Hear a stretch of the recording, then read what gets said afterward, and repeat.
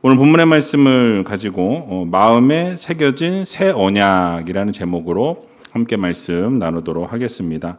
우리 옆에 계신 분들에게 오늘 이렇게 인사했으면 좋겠는데요. 새 언약을 마음에 새깁시다. 새 언약을 마음에 새깁시다. 그렇습니다. 하나님께서 허락해 주신 새 언약을 마음에 새기시고 그 새 마음으로 날마다 하나님께 영광 올려드리며 살아갈 수 있는 저와 여러분들이 다 되시길 주님의 이름으로 간절히 축원드립니다. 우리 다음 세대 자녀들이 또 이 자리에 많이 있는데요. 우리 다음 세대 자녀들 축복하는 마음으로 박수 한번 쳤으면 좋겠습니다. 자, 우리는 이 세상 살아가면서 수없이 결심을 하게 됩니다. 이제는 좀 달라져야 되겠다. 특히 새해가 되면 여러분 늘 계획을 세우게 됩니다. 또 기도해야 되겠다. 또 말씀대로 살아야 되겠다. 이런 고민들과 생각들을 하게 되죠. 이제는 화를 내지 말아야 되겠다. 이제는 정말 미루는 삶을 살지 말아야 되겠다. 또 이제는 하나님 앞에서 멋지게 살아봐야 되겠다. 또 우리 학생들은 어떻습니까? 공부 열심히 해야지. 시험이 딱 끝남과 동시에 다시 또 놀게 되는 그런 시간들이 있게 되죠. 하나님의 말씀에 좀 순종해야 되겠다. 이런 여러 가지 결심을 하게 되죠.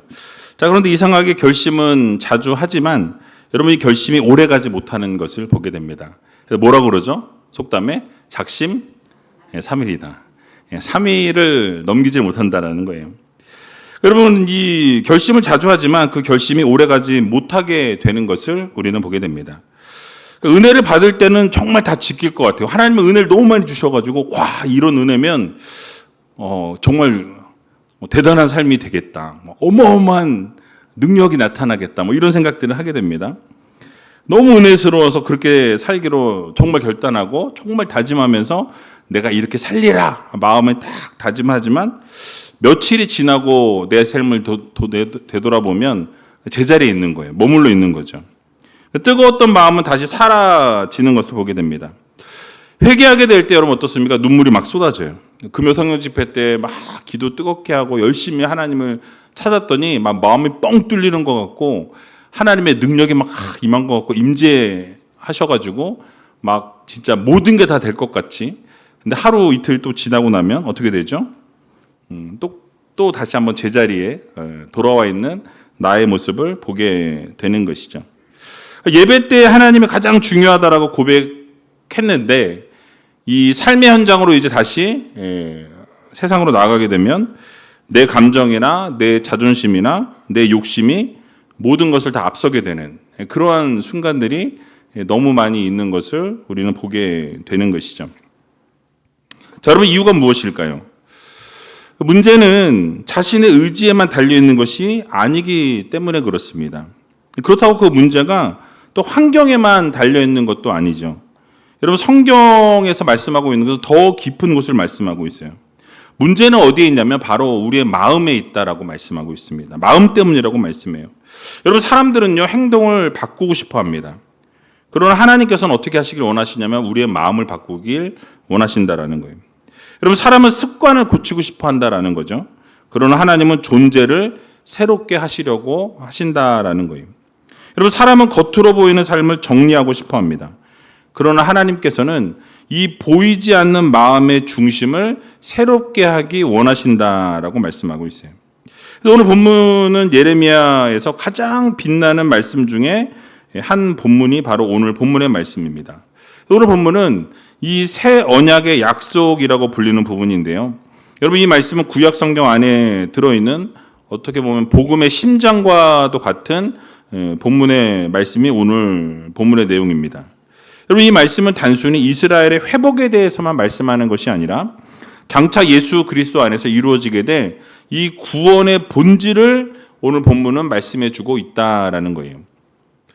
여러분 오늘 이 밤에 하나님께서 여러분들의 마음을 만져주시기를 원합니다.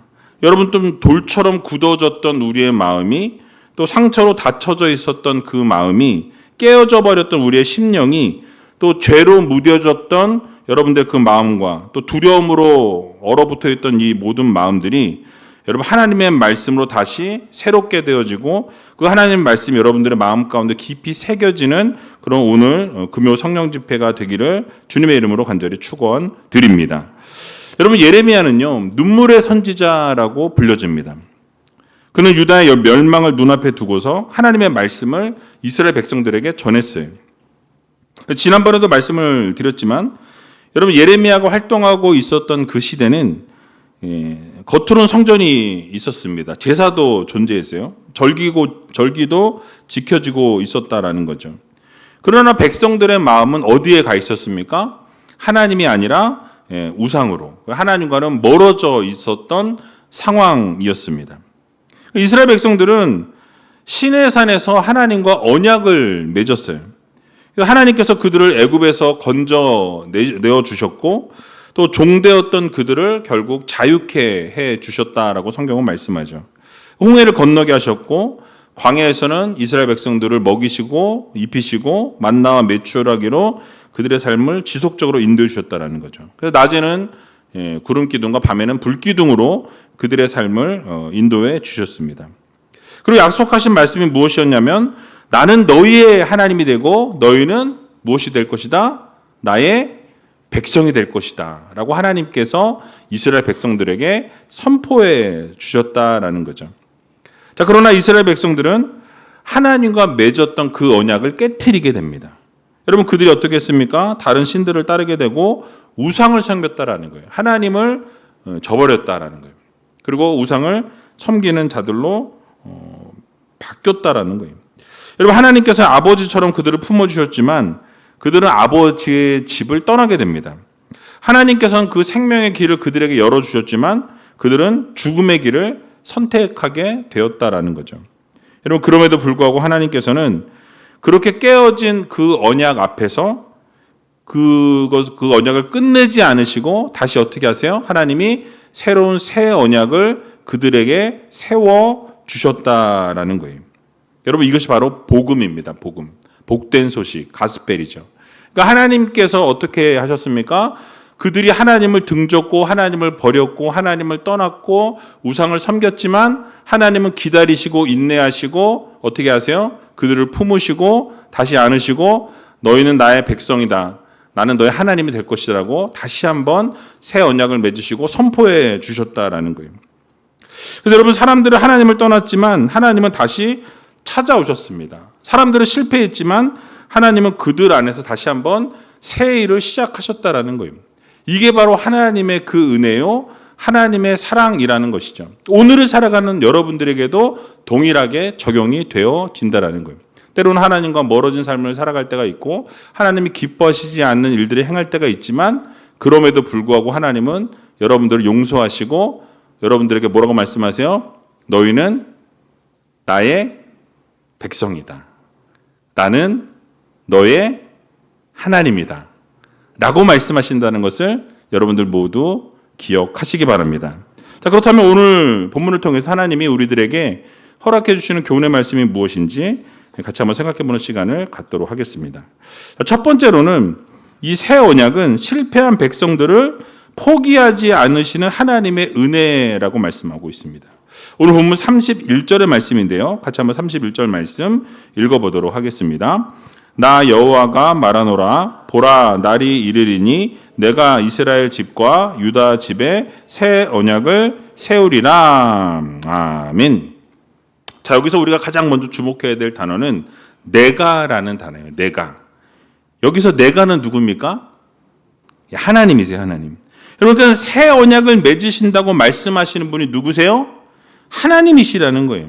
하나님이 이스라엘 백성들과 다시 한번 새로운 언약을 하나님이 세우시겠다라고 명확하게 약속해 주시는 것을 보게 됩니다. 자, 그럼 누가 먼저 손을 내미신 거죠? 하나님이 먼저 내밀어 주신 거예요.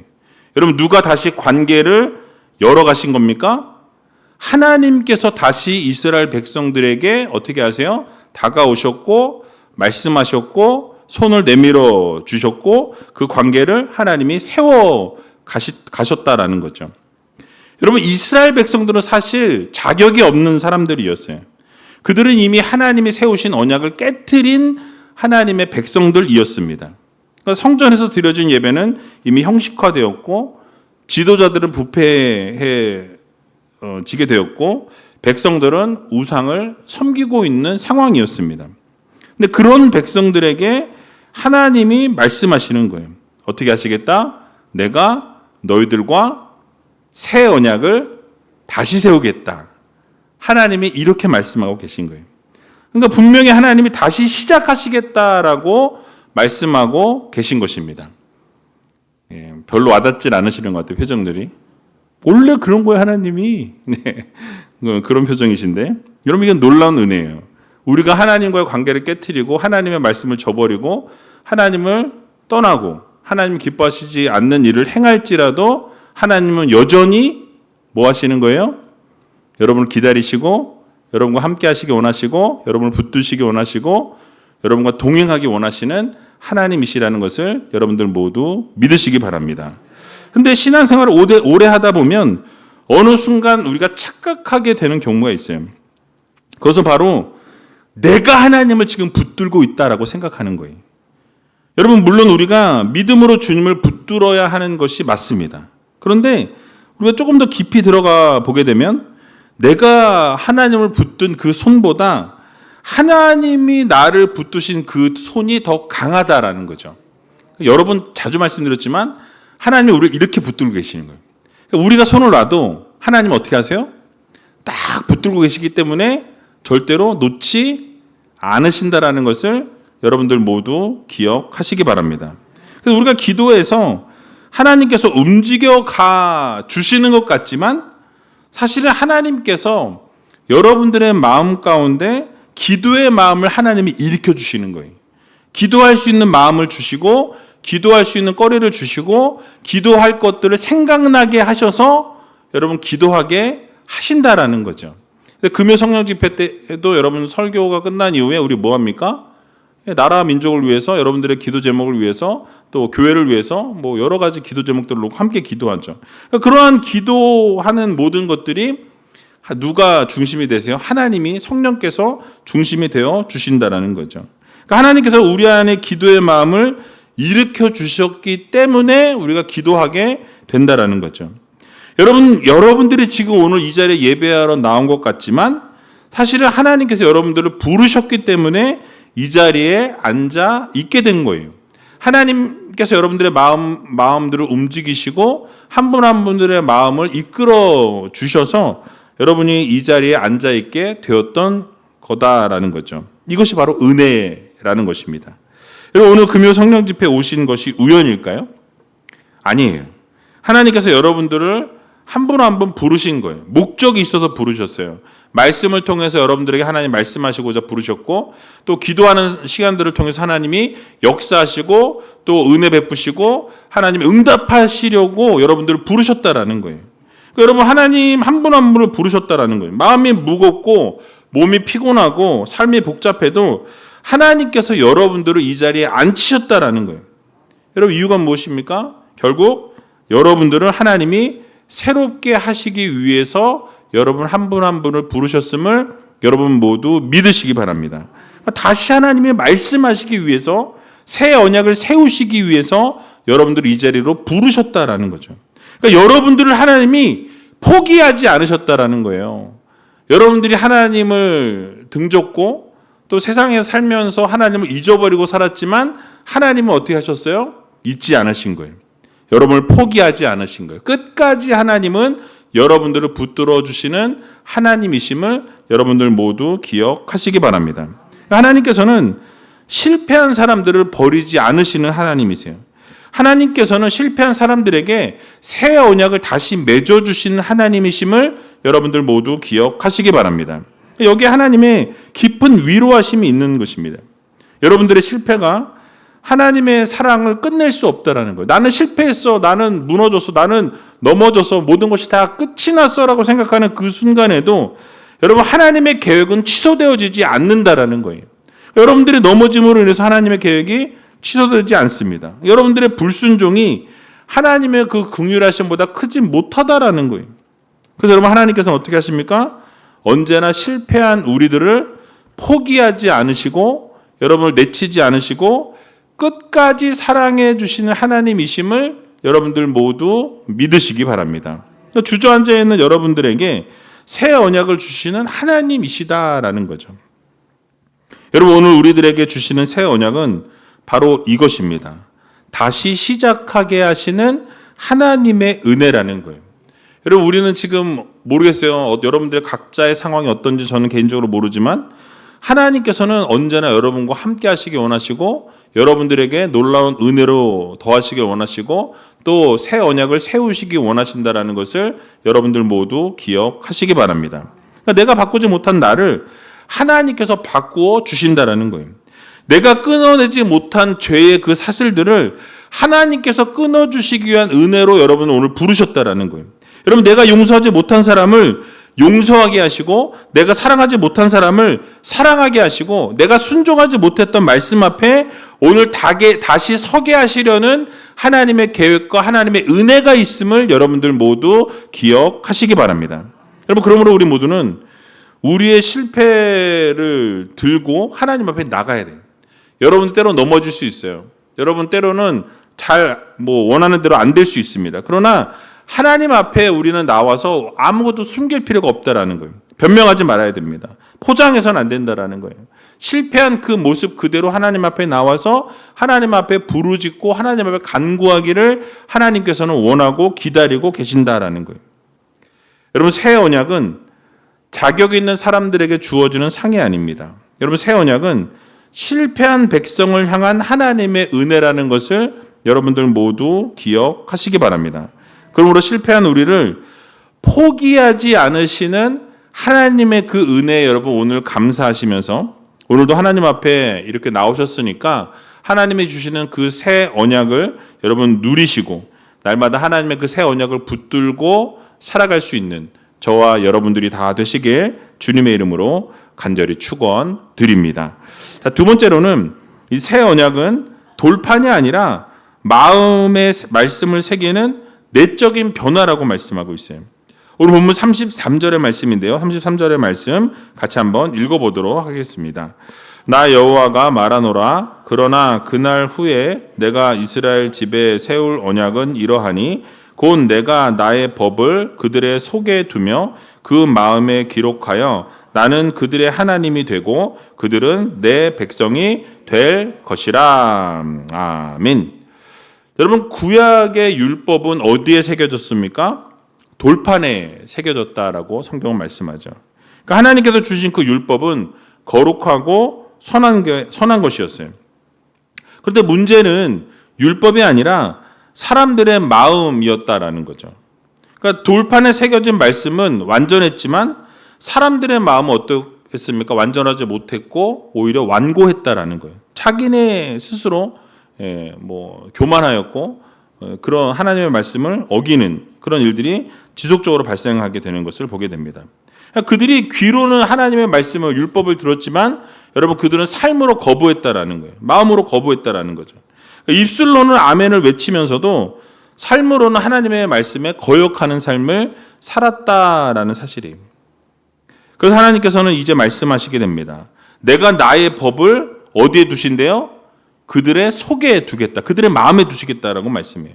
그들의 마음에다 이제 그 말씀을 기록하겠다라고 말씀하시죠. 돌판에 새기는 게 아니라 이제 그들의 마음 가운데 하나님의 그 말씀, 하나님의 그 율법을 그 마음 가운데 새기겠노라라고 하나님께서 선언하게 되시는 것을 보게 됩니다. 여러분, 그래서 이 새 언약은 신약에서 성령의 역사를 말씀하는 것과 연결이 되어져요. 에스겔 36장을 우리가 보게 되면 하나님께서 새 영을 너희 속에 두고 새 마음을 주겠다라는 약속의 말씀을 주시는 것을 보게 됩니다. 그래서 이 마음의 말씀이 새겨지는 것은 어떤 단순한 심리적인 변화를 말씀하는 게 아니에요. 성령께서 역사하셔서 그 내적으로 변화되어지는 그러한 것들을 말씀하고 있는 것이죠. 그래서 여러분, 참된 영성은 겉으로 종교적인 행동을 많이 하는 데서 끝나는 게 아니에요. 그러니까 내면의 중심이 하나님께 붙들리게 될 때에 여러분 삶 전체가 새롭게 다시 재배열되어진다라는 것이죠. 그러니까 여러분, 하나님께서도 우리에게 단순히 어떤 종교적 행동을 추가하라고 말씀하시는 게 아니에요. 우리의 마음의 중심이 바뀌어야 된다라는 것을 하나님께서 오늘 이 시간 말씀하고 계신 것이죠. 여러분, 그런 말씀이 이 머리에 정보로만 남겨져 있으면 삶을 변화시키지 못한다라는 거예요. 그냥 지식적으로 아는 것은 여러분 삶으로 연결되어지기가 어렵다라는 거예요.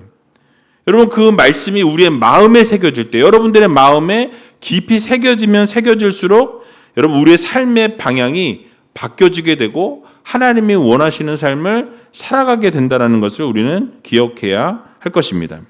여러분 사실 우리는 말씀을 사실 많이 들어요.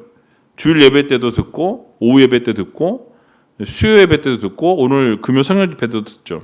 또 새벽 예배 들으시는 분들은 매일매일 새벽에 말씀을 듣는다라는 거예요. 일주일에 여러분 세워보면 얼마나 많은 말씀들을 듣는지 몰라요. 그런데 문제는 무엇입니까? 말씀을 듣는 것에서 멈추는 것이 문제다라는 거예요.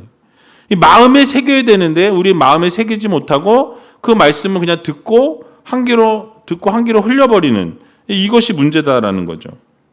그러니까 여러분 말씀을 알고는 있는데 결정적인 순간이 딱 되었을 때 내 감정이 그 말씀을 이겨내는 거예요. 이기는 거죠.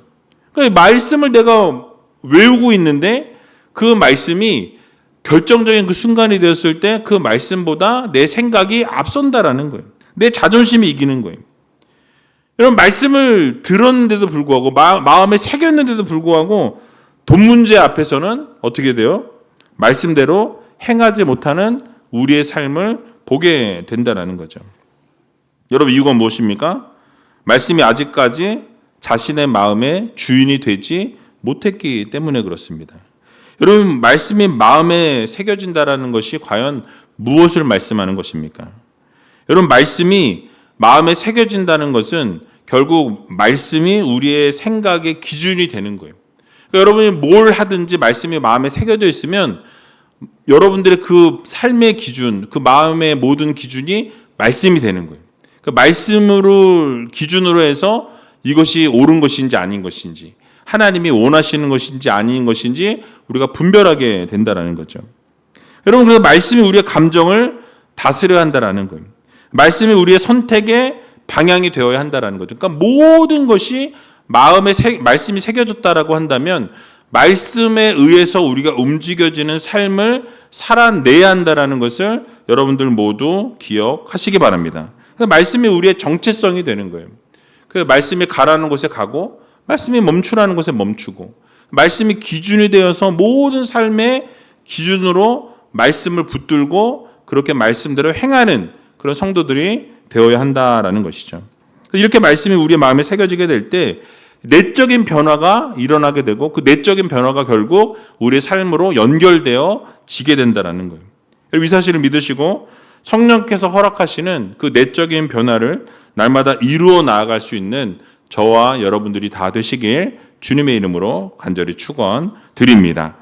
자, 마지막으로 언약은 죄사함을 통해서 하나님을 알게 하시는 관계의 회복이라고 말씀하고 있어요. 오늘 34절 말씀인데요. 같이 한번 34절 말씀을 읽어보도록 하겠습니다.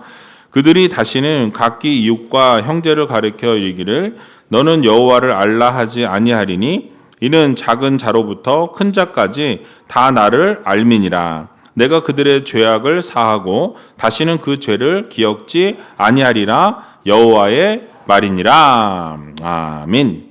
여러분 새 언약의 마지막 약속은 두 가지를 얘기하고 있어요. 하나는 모두가 다 나를 알게 될 것이라고 하나님 말씀하세요. 그리고 또 다른 하나는 하나님께서 그들의 죄를 기억하지 않겠다라고 분명하게 약속해 주시는 것을 보게 됩니다. 여러분 하나님께서 예수 그리스도로 이 땅에 보내심을 통해서 여러분들의 죄를 사하셨어요. 여러분들의 죄를 완전히 용서하시면서 그 죄를 다시는 기억지 않으시겠다라는 약속의 말씀을 주셨습니다. 자, 그러면 우리는 어떻게 살아가면 되는 것입니까? 예수 그리스도 앞에 나오면 되는 거예요. 예수 그리스도를 믿으면 우리의 모든 죄가 어떻게 되어집니까? 사해지는 거예요. 용서되어지는 거예요. 그러니까 십자가 앞에 나와서 우리의 죄를 고백하고 회개하고 돌이키게 되면 하나님께서 우리의 죄를 용서해 주신다라고 분명하게 말씀하셨습니다. 그래서 이렇게 용서를 받은 사람들이 이제 하나님을 어떻게 되어집니까? 새롭게 알게 되는 거예요. 하나님의 용서를 받은 백성들이 이제 다시 새롭게 태어나서 거듭나서 하나님을 새롭게 알게 된다라는 거죠. 그래서 여러분 용서를 받은 이 사람들이 하나님은 이제 더 이상 무서운 하나님이 아니라 사랑의 하나님이 되시는 거죠. 나를 살리시는 아버지 하나님이 되신다라는 것을 그들이 깨닫게 되는 것입니다. 우리를 정죄하시는 하나님이 아니라 우리를 회복시켜 주시는 하나님으로 인식하게 된다라는 거예요. 여러분, 우리는 죄로 인해서 사실 하나님을 떠났어요. 그래서 때로는 하나님과 멀어진 삶을 살았고, 마음으로도 때로는 떠났을 때도 있었고, 삶으로도 떠났을 때도 있었습니다. 습관대로 우리가 살았을 때가 있었어요. 그러나 하나님 어떻게 하셨습니까? 말씀드린 것처럼 기다리셨어요. 돌아오는 자들을 어떻게 하십니까? 품에 안아주셨습니다. 완전한 죄사함을 통해서 여러분들을 용서하셨다라고 성경은 말씀해요. 놀라운 구원의 은혜를 베푸셨다라고 성경은 우리들에게 교훈해주고 있는 것입니다.